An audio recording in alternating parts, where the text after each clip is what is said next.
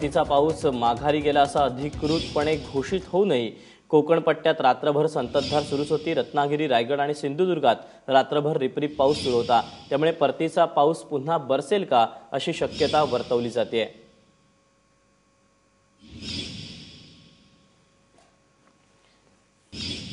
आपल्यासोबत हवामान तज्ञ रामचंद्र साबळे आहेत। सर, परतीचा पाऊस माघारी गेला असल्याची घोषणा होऊनही पुन्हा पाऊस बरसतोय, काय सांगाल?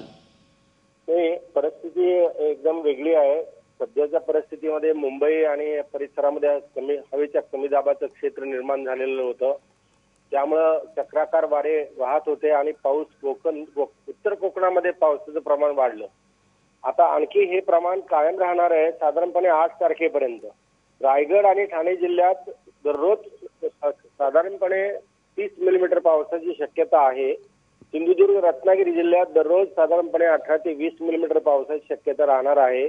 उत्तर महाराष्ट्रात साधारणपणे धुळे आणि नंदुरबार जिल्ह्यात 11 ते 20 मिलीमीटर, 10 ते 20 मिलीमीटर, नाशिक आणि जळगाव जिल्ह्यात 8 ते 9 मिलीमीटर, मराठवाड्यात देखील पाऊस 5 ते 7-10 मिलीमीटर अल्पसा राहणार आहे। म्हणजे शनिवारपर्यंत येईल, शनिवारच्या पुढे शनिवारपर्यंत पाऊस राहणार आहे 8 तारखेपर्यंत, पण त्या पुढेही पाऊस राहणार आहे। 15 तारखेपर्यंत 15 ऑक्टोबरपर्यंत पाऊस राहणार आहे। पश्चिम विदर्भ, मध्य विदर्भ आणि पूर्व विदर्भात पाऊस कमी होईल। तिथे साधारणपणे 5 ते 10 मिलीमीटर आणि दक्षिण पश्चिम महाराष्ट्रातही 5 ते 10 मिलीमीटर 8 तारखेनंतरही पाऊस राहणार आहे। 15 ऑक्टोबर पर्यंत पाऊस निश्चित राहणार आहे। ही शेतकऱ्यांनी आणि लोकांनी लक्षात घ्यावं। आपल्या शेतीचं नुकसान होत असेल तर पावसात उघडीप असताना आपल्या पिकांची काळजी करावी। निश्चितच सर, तुम्ही हा सगळा जरी पट्टा सांगितलेला असला तरी आता मराठवाड्यात मात्र अतिवृष्टी सुरू आहे, त्याबद्दल काय सांगाल? मराठवाड्याचा आपण ज्या वेळेला 1 जूनला अंदाज वर्तवला होता, आपले मॉडेलनुसार स्थानिक स्वरूपाचा पावसाचा अंदाज वर्तवला जातो। मराठवाड्यात 108% यावर्षी आपण अंदाज वर्तवला होता, 108 ते 109%, आणि त्यानुसार पाऊस झालेला आहे। परभणीचा आपल्याकडे डेटा आहे, परभणीच्या केंद्राचा आपण अंदाज वर्तवला होता।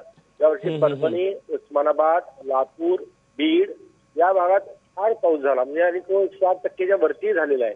आता तसं पाहिलं तर महाराष्ट्रातले 8 ते 9 जिल्हे असे आहेत जिथे तिथल्या सरासरीच्या 20% अधिक पाऊस झालेला आहे। आणि त्या 8 ते 10 जिल्ह्यापैकी 3 ते 4 जिल्हे असे आहेत की जिथं तिथल्या 30 ते 35%च्या वरती पाऊस झालेला आहे। तिथल्या सरासरीच्या 130-135% पावसाचं प्रमाण यावर्षी वाढलेलं आहे। त्याला कारण असं की यावर्षी आपण सुरुवातीला चांगल्या पावसाचा अंदाज दिला होता, साधारणपणे 103%, 104% पर्यंत पावसाचा अंदाज दिला होता, तो खरा ठरला आहे। मराठवाड्यात देखील चांगला पाऊस झालेला आहे। आणि आता कसं आहे की पाऊस जेव्हा होतो त्यावेळेला धरणं भरणार आहेत काही, तर आत्ताच मला धुळे जिल्ह्यातनं सर, पण आगामी काळामध्ये मराठवाड्यामध्ये पाऊस असाच राहणार आहे। पाऊस सगळीकडे महाराष्ट्रात पाऊस राहणार आहे, मराठवाड्यात पण साधारण किती दिवस? साधारणपणे 8 तारखेपर्यंत ही स्थिती राहणार आहे, अशाच प्रकारे राहणार आहे। आणि 8 तारखेनंतरही पावसाचं प्रमाण कमी होईल, पण 15 तारखेपर्यंत हा पाऊस राहणार आहे, 15 ऑक्टोबर पर्यंत। सर, खूप खूप धन्यवाद दिलेल्या माहितीबद्दल।